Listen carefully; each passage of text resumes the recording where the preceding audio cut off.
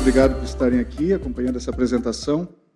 Hoje, agora, nesse momento, eu vou falar um pouquinho menos, né, sobre o viés de presidente do BIM Fórum, vou falar mais pelo papel corporativo que eu tenho na AutoQI e também como especialista BIM, trazendo para vocês, e é um convite, na verdade, para a gente fazer uma pequena viagem. Tá? Então, nós vamos sair de uma realidade que a gente conhece bem e nós vamos fazer o exercício de irmos além. E vamos tentar ir até o futuro, enxergar um futuro diferente e verificar se esse futuro tem sentido para a gente. É um pouco sobre isso que a gente vai falar nessa apresentação. Então, a nossa agenda é exatamente isso, né? Vou fazer umas rápidas palavras aqui sobre o que nos trouxe até aqui, e aí eu vou sair da caixa. Tá? Eu quero deixar vocês preparados, que eu vou longe. Tá? Sair um pouco da caixa, e aí depois a gente volta. A gente vai voltar para construir esse futuro. Como é que a gente poderia construir esse futuro de maneira intencional? Então, é sobre isso. Vamos começar, então, com essa reflexão sobre o passado. A gente está falando de projeto, eu sempre gosto de trazer uma imagem como essa, né, porque a gente vê muito o projeto materializado em papel, e o papel vem... Tem 3.000 anos que os egípcios já usam o papel como forma de representação, e talvez alguns de vocês, não é a maioria dessa plateia, mas talvez alguns de vocês reconheçam um pouco desse desenho. Esse desenho, ele é uma impressão em cópia heliográfica, feita a partir de um desenho manual em papel vegetal. Normalmente, ele era feito por equipes como essa, de vários profissionais que estavam em cima de pranchetas e usavam equipamentos ultramodernos como esse, né, tipo réguas de cálculo. Eu não sou dessa época, tá? Só para deixar bem claro. Apesar dos cabelos brancos, não sou dessa época. Mas eu sou dessa época aqui. Esse aqui é o Proviga, o primeiro programa da AutoQI, foi lançado em 1989, e em 92 eu comecei a usar esse programa. E ele era um programa simples para cálculo de viga. Depois disso, a gente começou a usar o CAD. E esse aqui todo mundo conhece. Esse aqui a gente conhece bem, conhece até hoje, né? Os desenhos feitos em CAD, alguns belíssimos. Mas por que eu estou trazendo essa história? Por que eu estou falando sobre isso? Na verdade, eu estou me referindo à informação. Toda essa história aponta para a gente falar sobre informação. Nós estamos falando de BIM. E o I do BIM é a informação, vocês sabem muito bem. Vocês sabem que esse desenho aqui é muito pobre de informação. Ele tem informação gráfica, mas ele tem muito menos informação do que a gente é capaz de adicionar. A mesma coisa acontece quando a gente fala de orçamento feito. Está falhando o microfone, é impressão minha? Fala de um orçamento feito em planilha de Excel, cujos quantitativos são extraídos de desenhos como aquele, ou seja, eu tenho que extrair manualmente o desenho, eu tenho que tirar o quantitativo, mas... Vamos trocar aqui.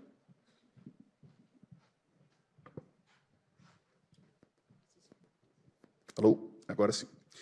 Então, eu tenho que tirar um quantitativo de informações desse desenho e fazer um orçamento que é a base de um negócio. Né? Quem trabalha com construção sabe como é que a gente faz uma construção se não tiver um bom orçamento. Ele é base para licitação, ele é base para tudo, e a gente acaba tendo orçamentos imprecisos. Então, quando a gente volta para um modelo, numa realidade de uma construção tradicional, feita por essas tecnologias que a gente vem acompanhando até aqui, desde o estudo de viabilidade, muitas vezes feito por profissionais experientes, mas a partir de informações coletadas de mercado, feeling e experiência, todo um processo de concessão de alvará, que a gente do Brasil sofre demais com esse processo, porque ele é manual, ele é desconectado, ele é totalmente analógico, né, burocrático. Inclusive, hoje à tarde a gente vai falar um pouquinho sobre isso no painel do Construa Brasil. Os projetos feitos em CAD com pouca informação, os orçamentos feitos em Excel, limitados à informação que a gente consegue colocar e extrair dos desenhos, difíceis de ser atualizadas. Mesma coisa o planejamento, que é desenvolvido por ferramentas terceiras, muitas vezes não conectadas, e essa informação toda vai para uma equipe de execução que começa a especificar os materiais, e aí às vezes não tem mais a rastreabilidade com o projeto, e aí entra para um processo de compras, para um processo de construção, de seleção de equipamentos, e depois até a manutenção, mas tudo isso desconectado. Então nós estamos falando, até aqui nós estamos falando sobre um processo de construção desconectado. E o resultado, muitas vezes, a gente conhece, né? A qualidade da construção que a gente faz, ela poderia ser melhor, e é isso que a gente está refletindo aqui. Então, como que a gente poderia melhorar isso e quantas oportunidades de melhoria a gente tem em cima disso? E num paradoxo, a gente vai para o outro lado. Então, a gente agora conhece uma realidade diferente, que é a realidade de modelar a informação da construção através de modelos tridimensionais, o BIM, né, que vocês sabem muito bem do que se trata. Esse caso aqui, em particular, que eu vou contar para vocês, é a sede da AutoQI. Tá? Nossa nova sede. A gente recém-inaugurou essa sede em Florianópolis, nesse edifício, que, por acaso, é um edifício de 40 anos. Ele não é um edifício novo. É um edifício de 40 anos de idade, no centro histórico de Florianópolis. E quando a gente resolveu fazer esse caso, a gente pensou que casa de ferreiro, o espeto tem que ser de ferro. Né? Não podia ser de pau. Então, o que a gente fez? Nós pegamos esse edifício, construído 40 anos, sem projeto. Não tinha projeto. Nós fizemos laser scan esse edifício inteiro, fizemos todo um modelo de arquitetura e todos os modelos de instalações, de estrutura e instalações, nós modelamos tudo. E nós botamos, né, em prática aquilo que são as ferramentas que a gente tem para entender o processo de modelagem e mostrar que é possível também fazer BIM em obras de retrofit.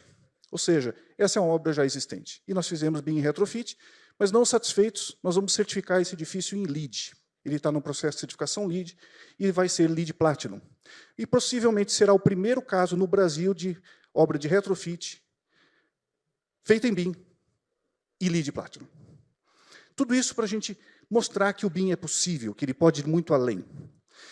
E ele tanto pode ir além que existem tantas outras tecnologias que a gente dispõe hoje, a gente vive falando de BIM. Mas nós estamos num mundo disruptivo em que a tecnologia está nos levando a outras coisas. Diversas tecnologias de nuvem que nos permitem conectar, tudo está conectado. A gente está diante de começar a colocar dispositivos de internet das coisas. Inclusive, a gente tem dentro desse prédio uma sala em que a gente vai colocar dispositivos dessa natureza, porque a gente quer coletar informação e associá-la ao modelo BIM. Esse edifício vai ser um laboratório. A gente consegue conectar pessoas. Deixa eu ver se o laser funciona aqui. Não importa. A gente consegue conectar pessoas, a gente consegue levar a tecnologia por meio de dispositivos móveis, wearables, drones, equipamentos, ChatGPT. Vocês já se deram conta do que é o uso da inteligência artificial que o ChatGPT, o que o Bard está fazendo agora com a gente? A maior parte das pessoas não entendeu ainda. Isso é tão revolucionário, é tão transformador, vai mudar tanto o cenário do que a gente está enxergando hoje como realidade, que às vezes é um pouco assustador. Todas essas tecnologias precisam e podem ser incorporadas e têm potencial para ser incorporado nesse modelo. Esse modelo que a gente está acostumado a ver, aqui dei um zoom no modelo para vocês verem o rigor né, do que a gente modelou. Nós modelamos cada plaquinha de forro, tem a plantinha modelada, tem tudo. A gente modelou tudo. Vocês estão convidados a lá conhecer. Mas esse modelo, que a gente olha para ele e acha bonito, a gente ainda está olhando muito para o 3D. Ele ainda é muito o modelo de construção, ele ainda é muito pobre de informação, e ele ainda pode ter muito mais informação do que ele tem hoje. E é sobre isso, sobre agregar informações de execução. Porque no mundo de hoje, no que a gente está acostumado a construir em BIM, nós vamos com o BIM até o projeto. E até o projeto a gente já está resolvendo bem. Mas a gente não está conseguindo trazer de volta a informação da fase de execução para dentro do modelo. E aí o modelo morre. Eu digo que o BIM morre depois que o projeto é coordenado. Então, é aqui que eu quero convidar vocês a gente sair um pouquinho da caixa. Então, até aqui, eu não mostrei nada demais. Simplesmente mostrei aquilo que vocês já estão acostumados a ver, é a realidade do dia a dia. E agora, então, eu peço que vocês me deem licença para eu levar vocês bem além, como ideia. Tá? Depois a gente vai ver se eu estiver viajando muito, vocês vão me dizer, mas, de fato, eu estou propondo, a gente está trazendo uma ideia de mudar o status quo, de ver a coisa de uma maneira diferente, de enxergar oportunidades que vão muito além da modelagem. Muito além da modelagem. Então, é sobre isso. E, para a gente entender isso, a gente precisa entender que o ciclo de vida da construção é um ciclo complexo. Eu sou um empreendedor, eu quero começar a construir um empreendimento novo, eu tenho toda uma fase de tomada de decisão. Eu vejo um terreno é uma oportunidade. Eu vou investir nesse terreno ou não vou? Tenho retorno ou não tenho? Até que a gente faça essa definição da compra, do produto. O produto aqui, no caso, né, ele é o que a gente vai construir, fazer esse lançamento do empreendimento, desenvolver o projeto, chegar na construção e chegar até o pós-obra. Quantas pessoas, quantas empresas, quantos setores são envolvidos? Não é só o projetista, não é só a construtora incorporadora, não é a imobiliária somente. É toda uma cadeia de fornecimento de produtos, serviços, materiais, fornecedores. Toda uma cadeia de gestão daquela construtora, de gestão de custos, de controle, de planejamento. Serviços financeiros, porque não sei quem aqui é empreendedor, incorporador, mas o incorporador, ele é um investidor. A construção não é o fim, ele é o meio de ele fazer um investimento e transformar dinheiro em mais dinheiro. Então, existe muito volume financeiro envolvido numa construção cuja gestão é extremamente complicada quando os processos não são controlados. E, obviamente, que nós estamos falando aqui de uma necessidade iminente no Brasil de a gente qualificar a mão de obra, pessoas, profissionais e empresas precisam ser qualificadas, preparadas para uma nova realidade. Porque nós estamos num país que constrói ainda de maneira muito artesanal. Cada empreendimento é único, a gente não consegue repetir um empreendimento, a gente não industrializa. Então, nós temos que transformar a nossa mentalidade para que a gente seja um país verdadeiramente competitivo. E, efetivamente, o BIM, infelizmente, ele está apenas neste quadradinho da cadeia. Ele só está na fase do projeto. Ele não está nesse resto todo, ele não está transversalmente no empreendimento e não está verticalmente na cadeia. É disso que eu estou falando. Quando eu digo que eu quero sair da caixa agora, é que a gente precisa expandir isso, nós não podemos nos conformar com essa realidade. Mas aí vem umas perguntas óbvias, né? Como que a gente pode levar esse BIM para todas essas fases de construção e manutenção? Como é que a gente pode gerar valor para os demais agentes da construção? Porque eu acho que é evidente para todos nós. A gente se engaja, a gente participa, a gente envolve, a gente empreende tempo quando alguma coisa nos dá retorno. Então, se eu tenho retorno daquilo que eu estou investindo, eu tenho investimento. E para um empresário da construção civil, a gente vive essa realidade. A realidade de que a gente ainda não conseguiu mostrar para ele que o BIM tem tanto valor quanto ele pode ter. Esse é o grande desafio. Como que a gente engaja o investidor? E então a gente precisa transformar essa realidade de que o BIM morre na fase de projeto. E nessa figura, eu coloco o projeto, a construção e a manutenção conectadas. Vejam que as setinhas têm ida e volta. Esse é o desafio. Como que a gente conecta isso de uma vez só? Como que a gente conecta essas três fases? E eu tenho defendido que a gente precisa transformar a gestão do empreendimento, porque toda construtora incorporadora faz a gestão do empreendimento. Mas ela tem que ser a gestão digital do empreendimento. É a palavrinha digital que efetivamente faz a diferença nesse processo.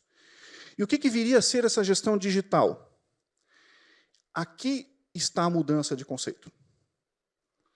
A mudança de conceito é que a gente começa, no mundo de hoje, a desenvolver os processos de maneira independente. Lembra daquela figurinha lá do começo, que estava tudo desconectado? A gente começa com as coisas separadas. E o que nós estamos propondo como gestão digital de empreendimento é colocar o empreendimento enquanto conceito, enquanto banco de dados, enquanto informação no centro. Tudo gira em torno dele.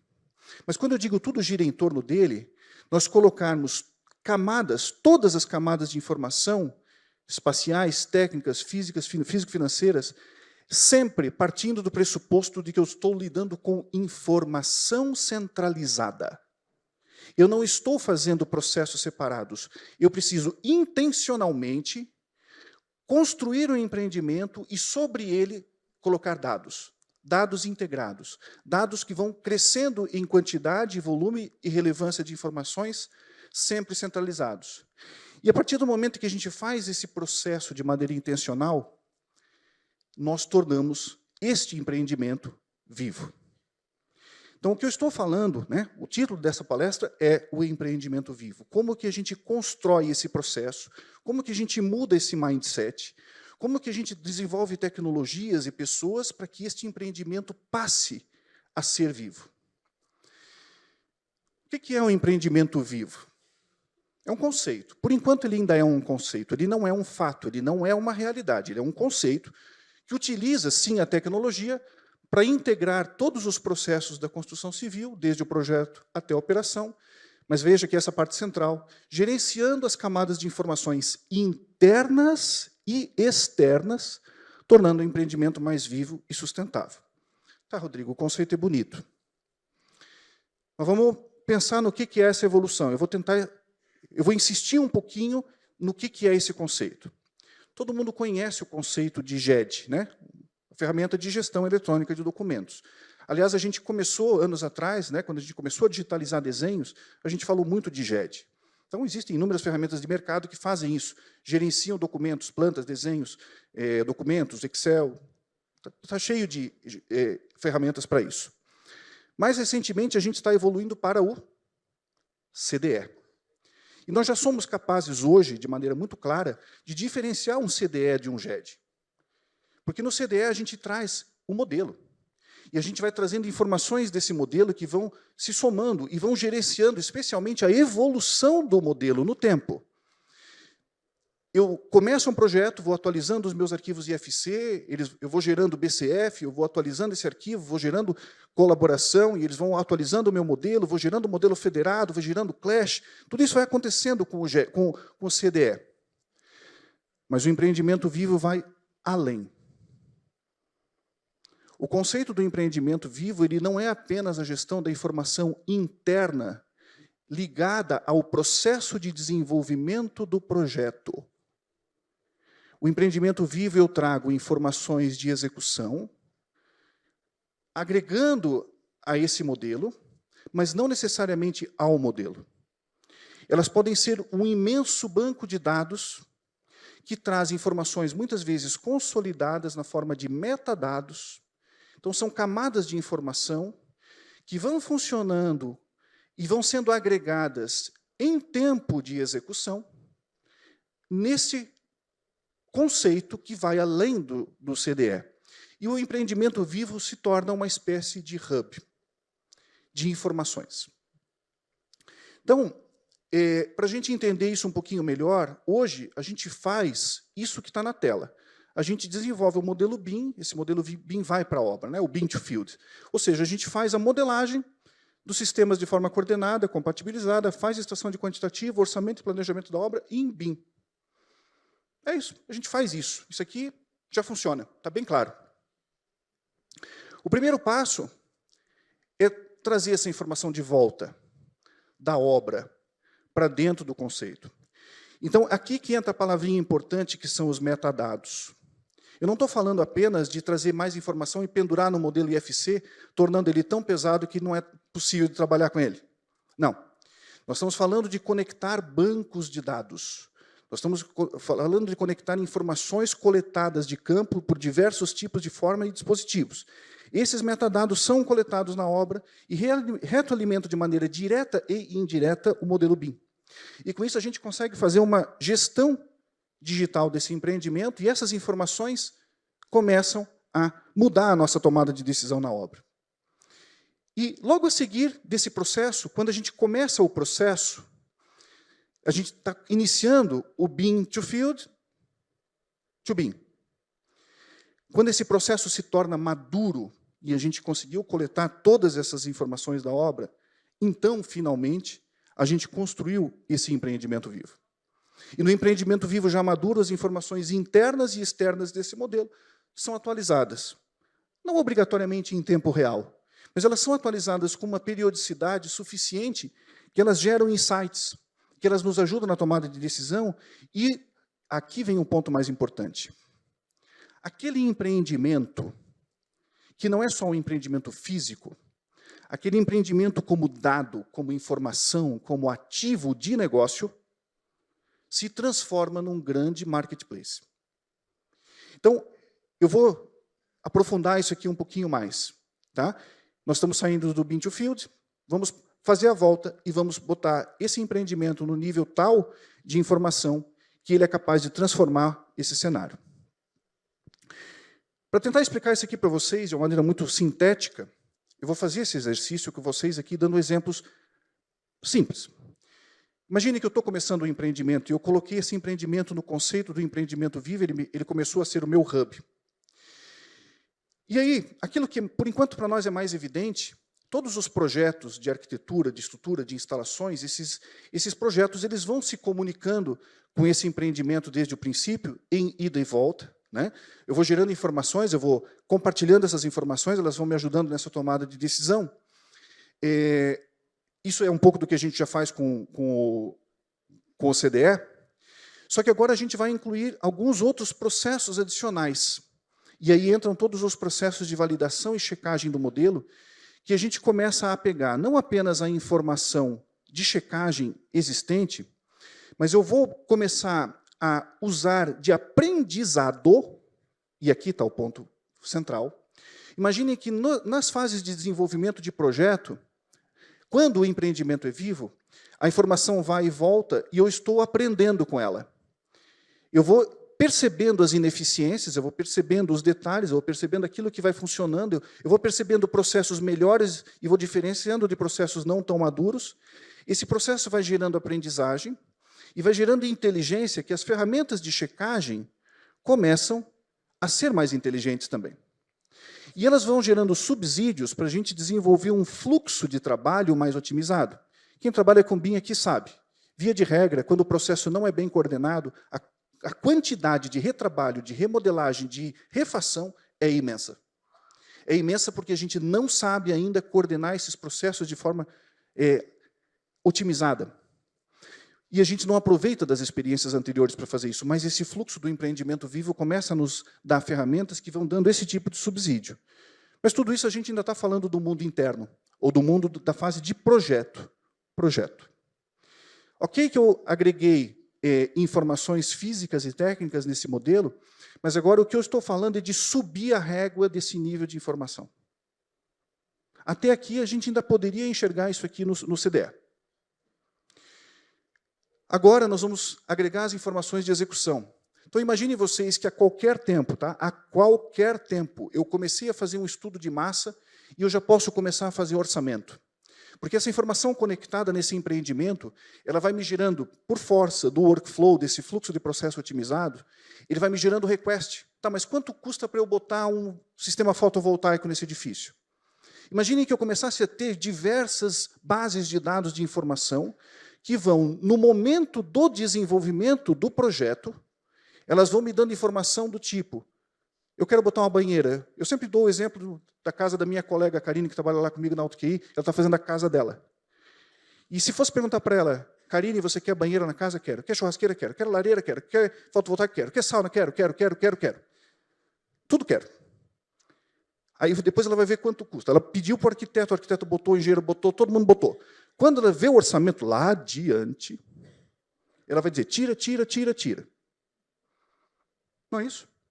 É isso. Quem trabalha com projeto sabe que é isso. Por quê? Porque nós não estamos aproveitando do conhecimento existente para transformar aquilo em tomada de decisão antes, durante. O empreendimento vivo leva à tomada de decisão durante, porque eu tenho informação antes. Só que não se limita ao orçamento. Porque eu tenho um orçamento. E eu podia ir para o mercado cotar. Quanto custa? Volta uma especificação, volta um processo de compras. Então, eu poderia comprar ou especificar tudo conectado. Aquele processo de especificação que é penoso, que é trabalhoso, poderia ser integrado também. Eu vou usar qual serviço? Qual o impacto de usar este material ou este?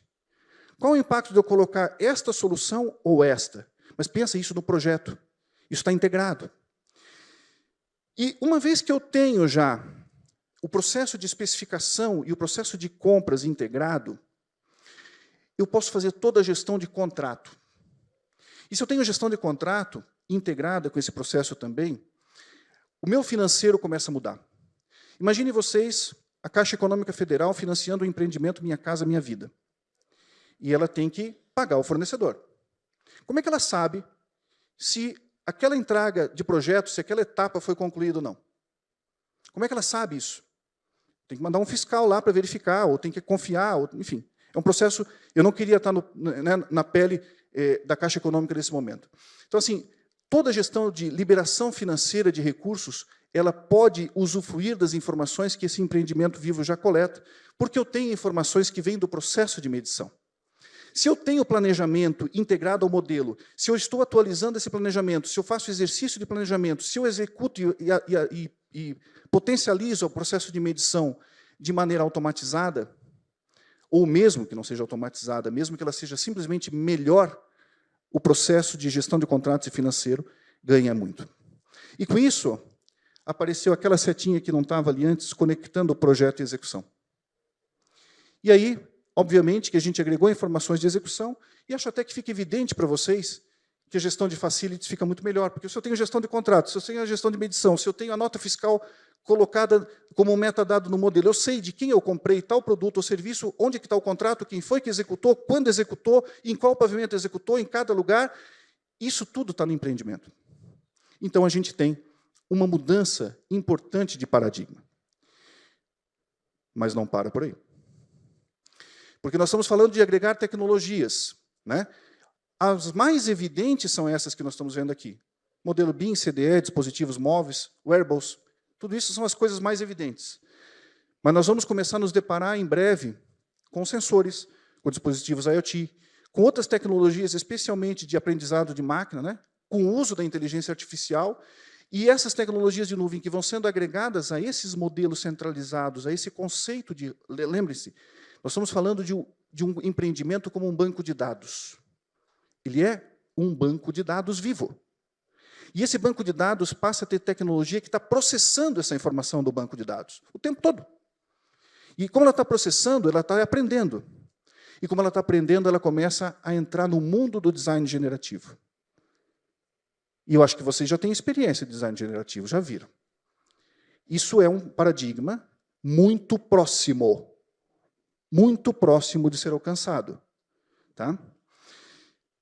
E aí, o que a gente ainda vai precisar? Quais são as barreiras tecnológicas que a gente vai ter que fazer, trabalhar? É na interoperabilidade e na convergência dessas tecnologias para que a gente consiga manipular essas informações externas e vamos gerar imensos volumes de dados que vão sendo processados, atualizados e gerando insights. Então, o conjunto dessas tecnologias vai transformar aquele empreendimento que agora é um banco de dados. Esqueçam o empreendimento como ativo físico, a construção, esqueçam isso. Olhem o empreendimento como um banco de dados. E eu estou processando essas informações do banco de dados. Então, se isso acontecesse, imagine que isso aconteça. Imagine que eu tenho ali o projeto, estou olhando essa figura de fora para dentro, eu tenho o processo de projeto, o processo de gestão de custos totalmente integrado, porque existe uma gestão de comunicação e informação integrada que conecta, agora olhando o verde, conecta os projetistas, os escritórios, as construtoras, o BIM manager, o gestor de custos, conecta todas essas pessoas em torno desse banco de dados.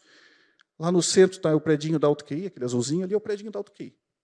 Só que do lado dele tem outros dois, que também foram empreendimentos vivos. E eu começo a extrair informação não apenas do meu empreendimento, mas eu começo a coletar aprendizado e experiência dos empreendimentos ao lado, dos outros tantos, que vão gerando, por integração, experiência e business insights. Imaginem que isso acontecesse. Nós teríamos muito mais quantidade, muito mais visibilidade de informação que nos ajudaria na tomada de decisão, porque eu tenho informação. Então, eu tomo decisão pautado por algo que está acontecendo, eu estou vendo acontecer, e eu estou tomando decisão, e eu estou corrigindo a rota ao longo do processo. Eu estou aprendendo com o próprio fluxo de projeto. Então, o meu fluxo de projeto é melhor. Eu erro menos, eu refaço menos. Eu faço com menos retrabalho. Tenho muito mais informação para definir os materiais e o impacto que isso vai gerar no custo, nos sistemas, nos equipamentos, quanto isso impacta no custo. Obviamente que a gestão de custo é muito mais próxima da realidade. Então, assim, aquela margem de erro, que a gente nunca sabe qual efetivamente vai ser, ela passa a ser menor. Nós temos muito mais proximidade entre o planejado e o realizado, que, aliás, eles vão tendendo a se tornar o mesmo, e vai permitir com que o empreendedor olhe para o empreendimento como um retorno, né, e avalie isso de uma maneira muito mais clara. Vai permitir com que a gente tenha toda a rastreabilidade dos itens de projeto, a gente sabe quem fez o quê, quando, onde, com que material. E, naturalmente, que a gente também vai ter rastreabilidade de contratos. Então, a gente vai saber e vai facilitar tudo isso na fase de manutenção. Então, a quantidade de benefícios que serão possíveis ser alcançados num empreendimento quando a gente conectar essas tecnologias é imensa. E o benefício para o construtor, para o incorporador, também é imenso. Qual é o ponto? Agora, essa figura aqui está tentando mostrar que nós não temos um empreendimento vivo. Imagine agora uma rede desses empreendimentos vivos. Ou seja, cada empreendimento vivo está gerando um volume de dados, um volume de informações, um volume de insights. Só que tem outros empreendimentos do lado. A gente faz isso o tempo todo, né? A gente não faz isso. O que o ChatGPT está fazendo? Processando informações que nós oferecemos para ele o tempo todo. Processa, aprendeu a falar como a gente fala, aprendeu a responder como a gente responde. Então, o conjunto desses empreendimentos vivos também vão nos ajudar a gerar inteligência de mercado que vão nos levar muito mais longe.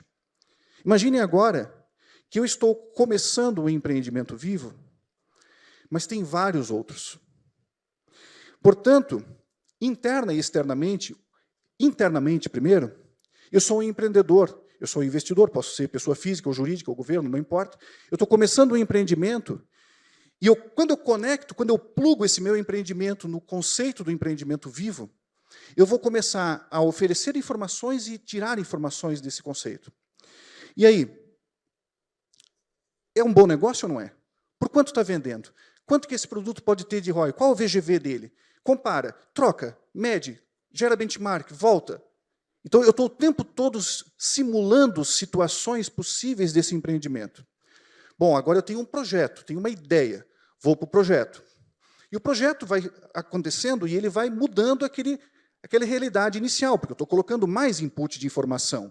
Então, eu estou refinando aquela informação que ainda era meio bruta, eu vou refinando, e aí eu vou checando esse processo agora com o lado externo da coisa. Imaginem vocês que eu pudesse, né? Como esse projeto é BIM, como ele está atualizado, eu poderia sair fazendo toda a verificação de concessionárias, de serviços públicos, processo de aprovação, tem regra de checagem. A aprovação do projeto na prefeitura, no Corpo de Bombeiros, ela seria praticamente sumária, porque a gente manda para o bombeiro para formalizar, mas, teoricamente, eu mesmo já poderia ter as regras de checagem dentro desse processo. O código do bombeiro já está dentro do empreendimento. Então, a velocidade com a qual a gente consegue transformar uma ideia de empreendimento em negócio começa a crescer. E todo o processo de gestão dos prestadores de serviço, das construtoras, incorporadoras, dos prestadores de serviço, começa a influenciar. Então, eu continuo botando informação de execução, eu estou o tempo todo checando produtividade. Então, eu sei agora, eu tenho benchmark, eu sei quanto o empreendimento do lado está gastando, quanto que ele está produzindo, quanto que o pedreiro está entregando. Eu tenho toda essa informação, porque elas estão consolidadas. Facilita o nosso processo de compras. E aí, para mim, esse aqui é um ponto central. Imaginem vocês que agora, eu estou aqui em São Paulo, quantas obras estão sendo construídas aqui em São Paulo? Quantas obras vão precisar usar, sei lá, bomba hidráulica? Imagina que a gente soubesse essa informação. Eu sei quantas obras estão sendo produzidas, quantas bombas estão sendo exigidas, quantos metros de tubo, quantos joelhos, quantos disjuntores estão sendo produzidos. Isso começa a influenciar na cadeia de suprimentos, porque o fabricante começa a querer saber, tá, mas vem cá, quantas bombas eu vou precisar produzir? Quanto eu vou poder entregar? Como que eu otimizo esse processo de produção, entrega e logística? Isso vai mexer no próprio custo. Se eu sei o que eu estou produzindo e entregando, eu também posso mudar o serviço do banco, porque eu posso agora atrelar de maneira mais rápida a entrega do dinheiro para o empreendimento. Os financiamentos podem ser quase que just in time. Não é exatamente just in time, mas eles podem ser em intervalos de tempo muito mais curtos, mostrando que o dinheiro fica mais barato no tempo, porque eu só preciso entregar o dinheiro quando eu vou precisar. Aliás, eu posso entregar o dinheiro direto para quem vai, para o fornecedor, não preciso pagar, né, fazer toda uma intermediação financeira. Sistemas e a manutenção. Então, pessoal, agora, eu falei para vocês que eu ia longe, né? Vocês viram que eu fui longe. Mas tudo bem, está viajando aqui. Ok. Mas vamos ver, se isso acontecesse, nós teríamos, portanto, como eu já disse, indicadores de custo consolidados por construtora, por cidade, por região, que vão nos servir de benchmark. Nós vamos passar a ter processos de projeto otimizados, com aprovações mais rápidas, mais previsibilidade de demanda de materiais, redução de custos, quem sabe compra coletiva. Muito melhor processo de fiscalização, gestão do dinheiro no tempo, já falei sobre isso, mais documentação da construção. Bom, todo mundo conhece esse gráfico, né? Então, encerrando a viagem. Já viajei, agora vamos voltar. Vamos tentar botar os pezinhos no chão. Ontem ainda alguém falou no gráfico de inovação, aqui quando a gente estava nos painéis, né, do quanto que é possível, e recentemente a pesquisa que o BIM Forum fez com a BDI, com o CAL, com o CONF, mostraram que a gente ainda está num processo, eu diria, inicial de adoção do BIM no Brasil, né? E aí veio o Rodrigo aqui, no meio de tanta gente, falar de coisas assim que aparentemente são distantes, né? Ok.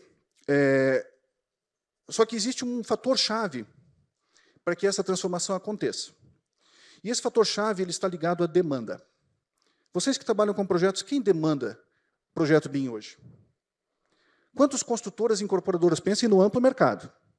Quanto por cento das construtoras e incorporadoras, de fato, demandam projetos BIM da forma como eles deveriam ser feitos? É uma parcela muito pequena ainda. A maior parte das pessoas ainda faz processo do projeto tradicional.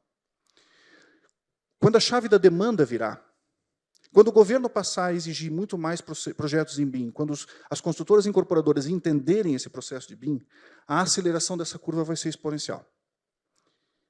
E é disso que nós estamos falando também. Então, nós precisamos transformar esse mercado. E aí a gente vai... Agora eu vou fazer aquela volta, né? Então, a primeira coisa que a gente tem que se perguntar é, ok, nós temos tecnologia suficiente para que esses empreendimentos sejam vivos? Vamos refletir um pouquinho sobre isso. Peço pequena licença para falar um pouquinho da AutoQI. Talvez alguns de vocês conheçam, que a AutoQI sabe, tem ferramentas para projeto de estruturas e instalações, chamamos-se Iberic Builder. Talvez alguns de vocês saibam que a gente tem ferramenta de orçamento, provavelmente poucos, mas nós estamos expandindo muito mais esse conjunto de ferramentas para trabalhar em gestão BIM, gestão de custos e gestão de execução. Não vou ficar aqui falando de produto, que não é o objetivo, mas muitas dessas ferramentas que estão aqui na tela ou estão em desenvolvimento, ou estão prontas, ou estão no roadmap de curto prazo. Então, isso aqui a gente vai ter em pouco tempo. Só a título de exemplo conceitual, tá? Isso aqui não é conceitual. Isso aqui é o Visos, um modelo BIM. Visos é uma ferramenta de orçamento. Então eu tirei o orçamento, peguei um item que é arame galvanizado. Arame recozido, 16 BWG. Dei um duplo clique ali no item da EAP. Ele apontou para o lado esquerdo do modelo onde é que eles estão, e do lado direito tem uma conexão com o Marketplace. Vocês estão vendo que aqui tem o... Por que eu não posso diretamente conectar aquele item do orçamento com os produtos que estão sendo oferecidos no mercado? A gente está muito próximo disso. Muito próximo disso. Então, o meu orçamento agora ele não é mais baseado essencialmente num serviço. Ele é baseado numa cotação real com o fornecedor do mercado, que eu posso perguntar para ele quando é que ele me entrega. Isso aqui, nós estamos aqui, ó, a passos de alcançar isso. Mas, de novo, eu não quero falar de produto, eu não vim aqui para falar do AutoQI. Eu vim aqui para mostrar para vocês esse mapa aqui também. Ó. Esse mapa é recente, da Terracotta Ventures. São mais de 1.061 startups listadas pela Terracotta Ventures. Então, eu estou trazendo isso para dizer para vocês que vocês acham que isso aqui é só construção. Nós temos mais de 1.000 startups fazendo ferramentas de construção. Vocês acham que não tem tecnologia para fazer isso que eu estou falando? Tem. Elas só ainda não estão conectadas. Elas estão aí separadas, desconectadas. Mas imaginem que elas conseguissem se conectar via algum tipo de API a esse conceito de banco de dados de um empreendimento vivo, e agora elas começam a processar esses serviços que eu estou falando para vocês diretamente. Tecnologia não é o nosso problema. Então, o que é o nosso problema? Nosso problema é construir essa realidade aqui. Então, como é que a gente sai daquele futuro aparentemente intangível, volta para o presente e faz um plano? Um dos meus grandes mentores na vida, meu chefe na AutoQI, o Rui Gonçalves, ele diz o seguinte, que a melhor maneira de a gente acertar um alvo é atirar a flecha e depois ir lá e pintar o alvo. Não erra nunca. Não é? Então, agora, eu vou tentar mostrar para vocês maneiras intencionais da gente construir essa realidade. O que a gente pode fazer de maneira intencional para que isso aconteça? Isso que eu falei, que é inatingível, é inacessível. O Rodrigo está viajando, ele é louco. É louco eu sou. Mas como que a gente pode fazer isso? Primeiro, vamos entender essa realidade. Esse gráfico aqui, antes que alguém pergunte, tá? Ele não é o gráfico que eu extraí diretamente dos indicadores da pesquisa que o BIM Fórum fez. Ele é um gráfico conceitual, mas ele mostra conceitualmente que à esquerda, no eixo, né, das ordenadas, nós temos, aliás, lá no eixo do uso das tecnologias, nós temos o CAD como grande ferramenta. E depois começa a diminuir. Então, ele só tem essa curva perfeita porque é um gráfico conceitual, senão não teria esse número perfeito, ele seria, né, diferente. Mas vejam que, quando a gente sai para projeto e orçamento em BIM, quando a gente vai para orçamento em BIM, olha, nós estamos caindo aqui num número expressivamente menor. Gestão digital, empreendimento vivo é 0. Hoje, quantos empreendimentos vivos a gente tem? 0. O que eu estou falando é disso. Então, nós estamos intencionalmente, e devemos intencionalmente, isso é uma provocação para vocês, intencionalmente desenvolver esse mercado. Porque se nós continuarmos naquele mercado desconectado, ineficiente, improdutivo, e alguém vem de fora com uma tecnologia, porque vocês acham que a gente está aqui no Brasil isolado, não estamos. Alguém vem com esse mercado e começa a trazer soluções disruptivas, nós vamos ser engolidos. Nós não podemos ser engolidos, nós temos que transformar isso nós mesmos. Então, nós temos que subir a régua do mercado. Então, é uma questão de mercado. E aí, cara, como é que a gente faz para mover um mercado inteiro? É disso que eu estou falando. É mover um mercado inteiro para pensar desse jeito, para desenvolver essas coisas. Ponto número 1, já falamos bastante, capacitar profissionais. Mas o ponto central, é sensibilizar os demandantes. E na hora que esses demandantes estiverem sensibilizados, o jogo muda. Obviamente que nós vamos ter que ter tecnologias convergentes, para que elas conversem. E, naturalmente, que a gente vai ter que construir algumas jornadas de transformação. Então, eu vou mostrar para vocês, meu tempo já está meio rápido, meio curto aqui, mas eu vou tentar mostrar para vocês como que a gente pode intencionalmente construir essa jornada e sair da curva azul para a curva laranja, mas fazendo um trabalho consciente, estruturado, planejado. Primeira coisa é capacitar profissionais. Vejam que eu mudei o slide, está vendo que lá em cima tem um BIM Fórum? A gente está fazendo coisas. Agora, né, mostrar para vocês, primeiro, hoje à tarde, acho que é 15h10 aqui na plenária, tem a apresentação do projeto Construa Brasil. Venham ver. Tá? O projeto Construa Brasil, liderado pelo Ministério da Indústria e Comércio, nós temos as células BIM, um projeto que a professora Regina Rucho vai apresentar, que é extraordinário, preparando os estudantes das universidades para mudar o mindset para o BIM. Então, a gente já está fazendo isso. Nós temos, no projeto Construa Brasil, os cursos que foram desenvolvidos pelo professor Wilton Catelani, que não sei se está por aí, desenvolveu os 5 módulos, e o Ricardo Góes Ferreira, do BIM Fórum, ambos, está desenvolvendo os outros 2. É o maior curso BIM gratuito do Brasil. Gratuito. Mais de 80 horas, está ali. Estamos fazendo também experimentos em BIM, que o professor Sérgio Schir vem conduzindo. Isso já vem sendo feito no Construa Brasil. O BIM Fórum, o professor Eduardo Toledo, ontem mostrou no painel sobre certificação e capacitação, ele falou sobre padronizar competências, sobre a gente gerar um mapa de competências, e falamos sobre certificação de profissionais. Então, a gente precisa sensibilizar e treinar os nossos profissionais para que eles estejam preparados para o BIM. E nós estamos começando a desenhar com o Senai Nacional e com acordos de parceria com os conselhos regionais de engenharia e de arquitetura, né, com os CREAS e CAUS, ações de integração para treinamento dos profissionais. A gente precisa preparar os profissionais. Precisamos desses profissionais capacitados. Aí agora nós vamos chegar onde o bicho pega. Porque nós temos que sensibilizar quem paga, quem contrata, quem demanda. Quando esses caras aqui estiverem sensibilizados e começarem a adotar, aquela curva vai mudar. Então, esse é o nosso desafio de verdade.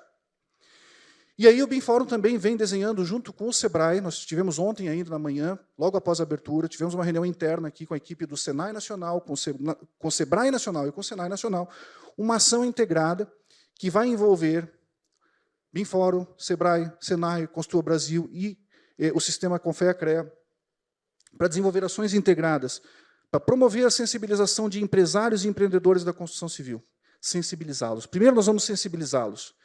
Vamos desenvolver neles competências de negócios, oferecer, por meio de parcerias e tudo mais, um conjunto de possibilidades de assessoria, de projeto, e especialmente usar os mecanismos de fomento que o Sebrae e o Senai já dispõem hoje, funcionando, para que eles possam usar, especialmente as pequenas e médias empresas, a mudar essa chave. Para uma empresa grande, não vou citar nomes aqui para não deixar ciúme em ninguém aqui, nós temos várias aqui no nosso evento, uma empresa grande investir em BIM é viável, tem equipe, tem gente, mas ir para pequena e média. Tem que apoiar essas pequenas empresas e médias, que são elas que movimentam o mercado. E aí, a gente vai também mobilizar a rede das redes que o BIMFórum e o Construa Brasil estão atuando. Aqui nos demandantes privados e nos públicos.